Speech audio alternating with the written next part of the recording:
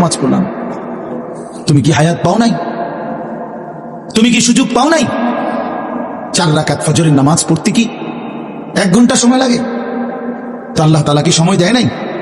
আল্লাহ কি হায়াত দিল না? কেন না ফরমানি করল? আল্লাহ একটু সময় দেন, একটু বিরতি দেন, 1 মিনিট কদ্দুর আমারে জিরাইতে দেন, আমি পারতেছি না মালিক। আগুনে এই মালিক, আমার শরীরটা জয়লা পুরা ছাই হয়ে গেছে, আমি আর পারছি না মাওলা, আমার একটু বিরতি দেন, 10টা মিনিট কদ্দুর বিরতি দেন, এই আগুন আমি সইতে পারছি না। আল্লাহ তাআলা বলবেন লা ইউফাত্তারু আনহুম, না নাফরমান 1 সেকেন্ডের বিরতি মিলবে না। শুন, আল্লাহ বলে জাহান্নামী চিরদিন অনন্তকাল মলিন চেহারা, বিমর্ষ চেহারা নিয়েই পড়ে থাকবে, কোনদিন তার মুখে হাসি ফুটবে না।